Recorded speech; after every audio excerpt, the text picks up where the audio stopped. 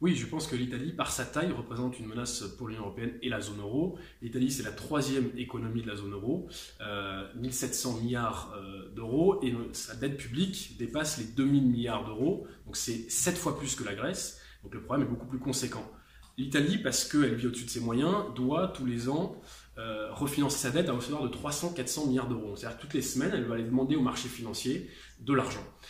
Quand ces marchés financiers ont confiance dans le gouvernement et sont d'accord pour lui prêter, ils prêtent à un taux très bas. Par contre, si les marchés financiers perdent confiance, à ce moment-là, ils demandent un prix beaucoup plus élevé, ce qui renchérit le budget italien.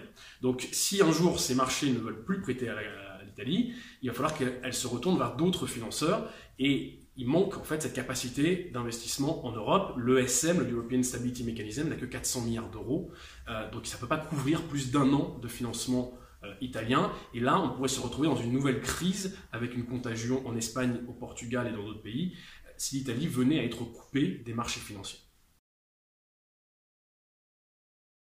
Alors, ce qui est sûr, c'est qu'effectivement, la zone euro est une zone monétaire incomplète. Il y a une monnaie et une politique monétaire commune, mais il n'y a pas de politique budgétaire commune. Et au niveau politique, on voit qu'il y a autant de politiques que de pays membres.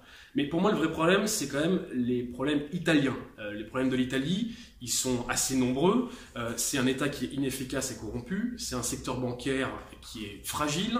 C'est un système éducationnel qui n'est pas inclusif. C'est les PME qui ont raté le tournant de la digitalisation. C'est un système fiscal complexe et une productivité très faible. Tout ça, ça veut dire que l'Italie aujourd'hui, son PIB par habitant est inférieur aujourd'hui à ce qu'il était en 2000. Ça, ce sont des maux de l'Italie, ce sont des problèmes italiens avec lesquels l'euro n'a pas grand-chose à faire. En fait, paradoxalement, l'euro a plutôt aidé l'Italie à, on va dire, retarder ces problèmes-là, puisqu'il lui a permis de s'endetter à peu cher. Donc je pense qu'effectivement la zone euro a ses propres failles auxquelles il faut remédier, mais je pense que l'Italie devrait surtout se regarder en face et résoudre ses propres problèmes plutôt que chercher des boucs émissaires à l'extérieur.